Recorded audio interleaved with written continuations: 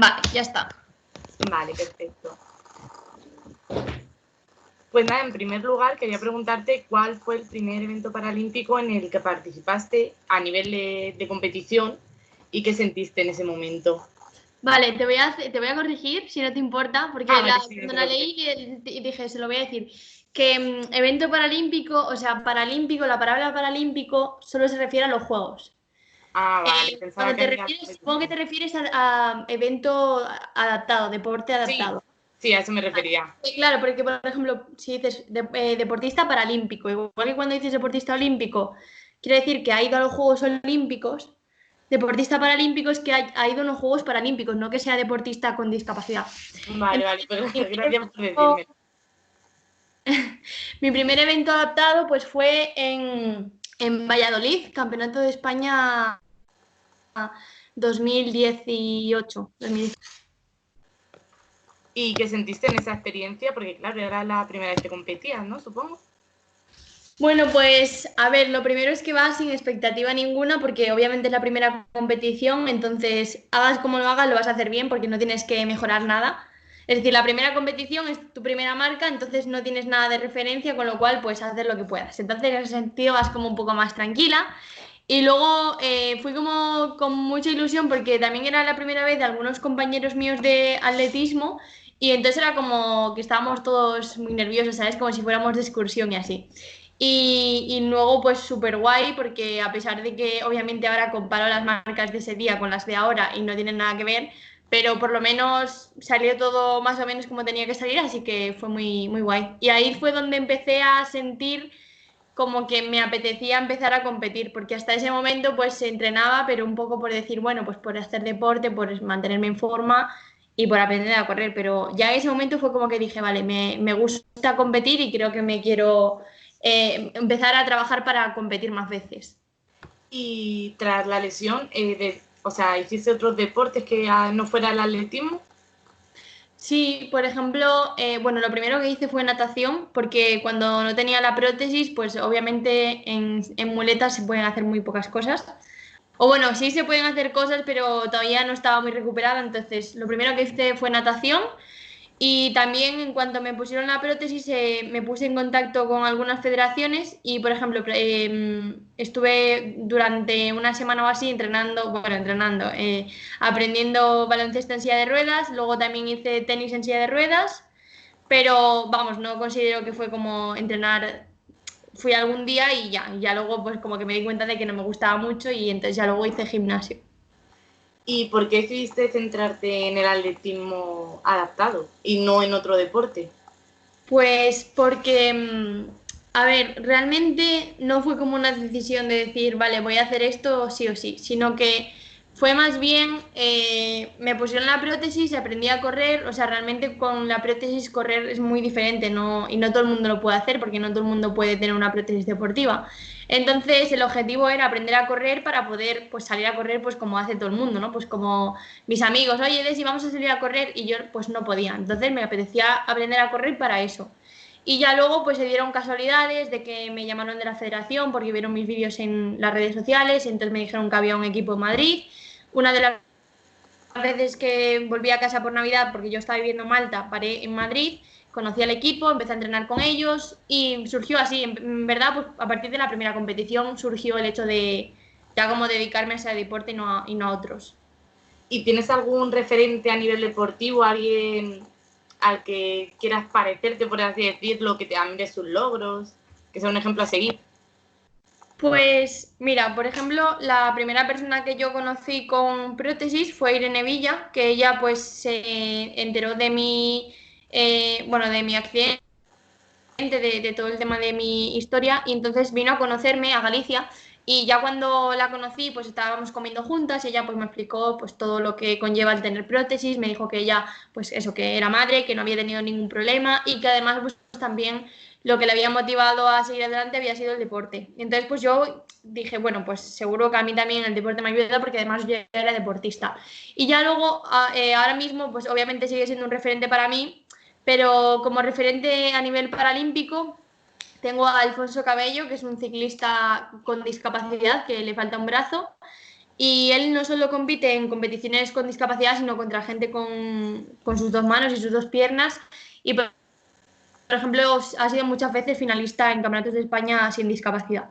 Y aparte de un gran deportista, porque tiene muchas medallas paralímpicas, pues es una gran persona y eso es lo importante. Sí, de hecho, justo estuve hablando ayer que tuve una entrevista con Almudena Rivera y estuve hablando de él, sobre pues, que competía a nivel no solo paralímpico, sino que había dos Sí, Juegos sí. Olímpicos y tenía muchas Sí, medallas. sí, le gana, ¿eh? Quedó tercero el año pasado, me parece, o segundo o algo así, que tiene mérito, porque al final sí que le limita su discapacidad, ¿sabes? Porque no se puede agarrar como el resto de la gente. Y sin embargo, el tío, pues, es un crack, es que no hay más Desde palabras para luego. definirlo. Y bueno, tras tu accidente decidiste escribir un libro y que lo titulaste Lo único incurable son las ganas de vivir. Y muchas veces has dicho que ese título se ha convertido en tu lema de vida. De hecho, creo que lo llevas tatuado. ¿Y por Sí, qué elegiste esta frase? pues porque de las pocas cosas que recuerdo del hospital, esta fue una que me marcó bastante, porque, a ver, yo realmente del hospital me acuerdo de muy pocas cosas porque ya una vez que me empezaron a operar y todo, pues obviamente estaba medicada y no me acuerdo de muchas cosas. Y, y entonces fue cuando a mí me trasladaron al hospital donde me amputaron la pierna que me comunicaron pues ya cómo estaba la situación y que me tenían que amputar. Y entonces para mí fue un shock y entonces me dio un ataque de ansiedad y bueno, pues me tuvieron que sedar, me tuvieron que dormir y en ese momento llega una enfermera que era la madre de un compañero mío de gimnasia y entonces me transmite esta frase que se la había visto tatuada a una persona que había estado en quirófano tratándose, operándose el corazón. Y entonces es muy curioso porque yo del hospital no me acuerdo de casi nada excepto de eso. Y entonces me acuerdo que después, cuando ya volví a mi casa, hablando así con mi madre, pues de qué cosas recordábamos del hospital, yo quería que ella me contara pues cómo lo habían vivido mis padres y tal. Y yo le digo, mamá, yo tengo esta frase en la cabeza que no sé ni a quién se la escuché, ni cuándo, ni cómo, pero sé que me impactó mucho. Y entonces me contó pues que me la había dicho la enfermera y se extrañó mucho de que yo me acordara de la frase porque realmente yo estaba sedada en ese momento, ¿sabes? No tenía por qué recordar nada. Y entonces pues fue como, no sé, se me quedó grabada y ya pues lo que tú dices, la tengo tatuada y fue pues el título de mi libro. ¿Y cuál dirías que ha sido tu punto de inflexión en el que, como el principal punto en el que pasaste a enfrentarte a esa situación de cara a la gente? Pues, a ver, ha habido muchos, pero yo mirando atrás, o sea, cuando ya pensaba que lo tenía superado, ahora pues que lo veo desde otra perspectiva, digo, en realidad no, porque todavía, por ejemplo, me costaban cosas tan básicas como mostrar la prótesis en público, ¿no? Que ahora digo yo, qué tontería, porque ¿por qué no la voy a enseñar si total forma parte de mi cuerpo, forma parte de mí? Pero yo en ese momento pues no estaba preparada para eso. Entonces para mí uno de los puntos de inflexión más grandes fue cuando publiqué la primera foto en mi Instagram con la prótesis, que puede ser, o sea, puedes pensar, digo, qué tontería pues publicar una foto en Instagram, pero para mí fue un cambio, porque fue como que me abrí al público y a decir, me da igual sacarme una foto y que se vea la prótesis porque es que es parte de mí, ¿no? Y entonces ya a partir de ese momento también empecé a usar pantalones cortos, a salir en la calle con la prótesis y fue como ya todo más natural. Pero para mí ese sí que ha sido un punto de inflexión porque aunque sea una cosa muy sencilla, muy simbólica, significó mucho para mí, me lo pensé mucho y cuando decidí hacerlo pues fue como, venga, ya, quito todos los tabús o todos los prejuicios que yo tenga y voy a enseñarla en público que no pasa nada. ¿Y cambiarías algo de tu vida actual por la que tenías antes o tu vida en general? A ver, siempre lo típico es decir que no, pues porque, a ver, yo ahora mismo soy feliz, tengo una vida pues muy normal, voy a la universidad, tengo mi trabajo, vamos, que soy feliz con lo que tengo, ¿no? Pero es verdad que, por ejemplo, una de las cosas que más pena me dio fue dejar la gimnasia. Me gustaría, pues, haber vivido más cosas, más campeonatos con mis compañeros. Pero por otro lado, tampoco no cambiaría eso por lo que tengo ahora, porque ahora sigo compitiendo, ahora estoy compitiendo incluso a nivel más internacional, porque estoy pues, preparándome para unos juegos, que eso en la gimnasia no lo podría hacer. Entonces no es algo que yo cambiaría, pero sí que es una de esas cosas que me hubiese apetecido ver qué hubiese pasado si hubiese seguido la gimnasia, ¿no? Hasta dónde habría llegado y a qué competiciones hubiese aspirado. Y bueno, actualmente los medios dedican muy poco espacio, hay muy pocos, excepto Marca y alguno más, que dedican alguna parte al deporte adaptado. Y en comparación con otras disciplinas. ¿Y qué crees que se podría hacer para cambiar esta situación y dar más visibilidad a quienes practican ese deporte? Porque yo creo que es muy importante que la labor de los medios en este sentido, para que no sean los grandes olvidados. Pues yo creo que, a ver, aquí te voy a decir una cosa. Yo creo que cada vez se está dando más a conocer, es verdad que todavía muy poco, pero por ejemplo, si te comparo con la gimnasia, yo salgo ahora más en el periódico que cuando hacía gimnasia y en gimnasia también tenía resultados, no sé si me explico.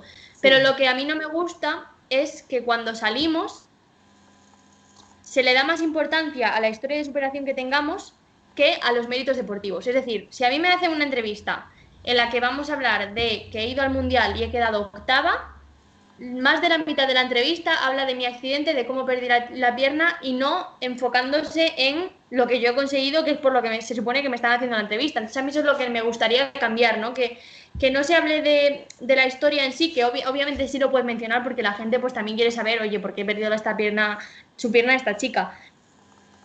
Pero que se enfoque más en la parte positiva, ¿no? En la parte en lo que tiene mérito. Es decir, que me amputen una pierna no tiene mérito, pero que yo haya quedado octava en un mundial, pues sí tiene mérito, ¿no? Entonces enfócate en eso. Pero bueno, sí que es verdad que todavía falta mucha visibilidad. Yo creo que cuanto más concienciación haya de la discapacidad, más hablará de estos temas. Yo creo que también esto va en conjunto. Es decir, hasta hace unos años las personas con discapacidad no existían. Y ahora pues ya se nos tiene en cuenta tanto a nivel laboral como a nivel social, como a nivel deportivo, ¿no? Entonces, cuanto más crezca eliminar esas barreras y esos prejuicios con las personas con discapacidad, más se abrirá el mundo del deporte adaptado a los medios de comunicación. Sí, sí, es cierto que está aumentando todo lo que es la información respecto al deporte adaptado y tal. Pero yo, por ejemplo, que como estaba haciendo estoy haciendo mi TFM sobre eso, me he dado cuenta de que había muchísima menos información de la que yo ya pensaba. Y Sí. pues me he dado cuenta de que realmente los medios no dan es que ni una tercera parte al deporte adaptado. Sí, sí, efectivamente. De hecho, para que te hagas una... Cuando yo tuve mi accidente, y mira que yo ya estaba metida en el mundo del deporte, ¿vale? Aunque hiciera otro deporte que no tenía nada que ver con este, pues obviamente al ser deportista también te interesas por otros deportes. Y sin embargo, para que te hagas una idea del nivel, yo no sabía que había Juegos Paralímpicos. O sea, no sabía que gente con discapacidad competía. Y entonces ese año, bueno, tuve el accidente en 2015 y en 2016 fueron los Juegos de Río y me flipó ver los Juegos Paralímpicos. Incluso me impresionó mucho más que ver los Olímpicos, que yo los Olímpicos siempre los veía. Y ver los Juegos Paralímpicos para mí fue como que me abrió los ojos y fue como, wow, o sea, de verdad esta gente puede hacer esto, ¿no? Y es como yo, que tampoco era una persona que viviera fuera de las redes sociales ni de la comunicación, vamos, que no era una persona que no estuviese informada, no sabía que existían los Juegos Paralímpicos, es como que no me entra a la cabeza, ¿sabes? Y realmente hasta que no me tocó vivirlo de cerca no lo conocí porque no sabía de su existencia. Sí, y hay mucha gente que le pasa igual y yo creo que por eso es muy importante la labor de los medios, porque al final si ellos dan visibilidad, yo creo que hay mucha gente que se puede encontrar en esa situación que a lo mejor ve una salida para a lo mejor estar más animado o le ayuda a superar esa situación. Entonces yo creo que por eso es muy importante lo de los medios. Y bueno, Efectivamente. ya aparte, ¿crees que uno de los principales problemas que hay en torno al deporte adaptado y también respecto a las mujeres en los medios de comunicación y en el deporte son el lenguaje o las etiquetas que se utilizan, que quizás el lenguaje sea menos inclusivo, las etiquetas sean más físicas? Sí, yo creo que sí, porque todavía hay ese concepto de relacionar a las personas con discapacidad pues con personas menos, ¿no? Que somos menos que los demás. Y por lo tanto, por ejemplo, en una competición con discapacidad, lo primero que se le pasa a la cabeza a una persona que no conoce el mundo es esta gente está ahí por estar, vamos a darle una medalla y aplaudirle por correr 100 metros y ala. Y no, o sea, lo que no se dan cuenta es que hay un trabajo detrás y que el nivel las competiciones adaptadas están aumentando o sea, de manera increíble. De hecho, si tú ves las competiciones de, por ejemplo, 100 metros lisos de las personas con prótesis por debajo de la rodilla, que es una discapacidad más leve que la mía, si es que corren casi tanto que los deportistas sin discapacidad buenos, ¿no? Y lo que comentábamos antes de Alfonso Cabello, sea, él compite contra gente sin discapacidad. Entonces, lo que no puede ser es que relacionen las personas con discapacidad, el deporte para personas con discapacidad, como algo de pobrecitos, vamos a darle una medalla porque se lo merecen por la situación que hayan vivido. No, es que no se lo merecen por eso, es que se lo han currado, es que entrenan las mismas horas o más, es que trabajan exactamente lo mismo y eso es lo que hay que poner en valor, ¿no? Entonces yo creo que sí que todavía cuando hablamos de competiciones adaptadas, todavía hay esos prejuicios, todavía hay esos comentarios que hoy en día la realidad no es esa. Hoy en día la realidad es que hay muchísimo nivel y para estar en unos Juegos Paralímpicos no te sirve con tener discapacidad, sino que tienes que tener un nivel y tienes que competir a nivel internacional. Y bueno, esta pregunta no estaba en las que te mandé, pero es que me ha surgido hoy, que si crees que hay una doble discriminación para las mujeres que además sufren algún tipo de discapacidad. Discriminación en el ámbito del deportivo, por parte de los medios. Sí, de hecho yo siempre digo que a mí lo que me faltaba era ser negra, el ser de color. Porque ya mujer con discapacidad, y imagínate, ya era lo que me faltaba. Yo creo que sí. En verdad, yo, en mi experiencia personal con el deporte adaptado, la verdad es que hasta el día de hoy no he tenido ninguna desventaja en cuanto a mis compañeros chicos. Y de hecho, estos últimos años que se está trabajando muchísimo con el tema del deporte femenino, que es muy importante, igual que hablamos mucho del feminismo, pues también hablamos mucho de las mujeres deportistas, pues incluso se nos está dando más importancia a nosotras que a ellos. Yo creo que sí, este año por lo menos, si me comparo con mis compañeros de discapacidad que son masculinos, pues sí que es verdad que quizás he tenido más oportunidades de salir en los medios de comunicación y tal. Pero obviamente hay una doble discriminación, sobre todo porque para acceder al mundo del deporte es muy complicado, luego porque todavía hay muchos estigmas, es decir, por ejemplo, en mi familia me decían, pero ¿cómo vas a hacer deporte si tienes discapacidad? Y yo creo que eso, si fuese un chico, no me lo hubiesen dicho. Hablo de mis abuelos, ¿sabes? No de mis padres todo lo contrario, pero la gente que es más mayor, ¿sabes? Todavía tiene como ese pensamiento, igual que, por ejemplo, cuando empecé a salir con la prótesis, mi abuela me decía, mejor vete con pantalón largo porque las mujeres tenemos que ser discretas y tenemos que ir más tal, y yo en plan, yo es que no quiero ser discreta, ¿sabes? Yo quiero ir con la pierna de colores y lo más brilli brilli posible. Entonces sí, creo que sí que todavía hay doble discriminación. Y luego tenemos muchísimas más dificultades para acceder al mundo del deporte las personas con discapacidad que las personas sin discapacidad, porque no es lo mismo comprarle a tu hijo unas zapatillas Nike para correr que te pueden costar máximo 100 euros que comprarle una prótesis para correr que no te baja de 20.000. Entonces, obviamente, ahí ya encuentras la primera discriminación, vamos, la más grande, la más obvia y la más limitante. Y bueno, tú te has convertido en todo un ejemplo de superación. De hecho, creo que eres un ejemplo a seguir por muchas personas que están en esta situación, que a lo mejor son más pequeñas. Y porque además has alcanzado muchos logros. Eres chica de imagen, por ejemplo, de OISO, la firma con Barbie. ¿Qué dirías que hace falta para no rendirse, para luchar por tus sueños? Pues a mí, por ejemplo, a lo largo de mi recuperación, que yo creo que es un proceso muy largo, es decir, no es algo que aceptes de un día para otro, sino que a día de hoy incluso hay momentos en los que tengo que recordarme a mí misma pues que no pasa nada, que esto no es una limitación. Eh, a lo largo de esta recuperación me he dado cuenta de que mi vida no tenía que ser peor por el hecho de tener discapacidad, ¿no? Porque yo pensaba que con 16 años, cuando me amputaron la pierna, era como que estaba todo el rato pensando en el pasado, en todo lo que había sido, en todo lo que había conseguido.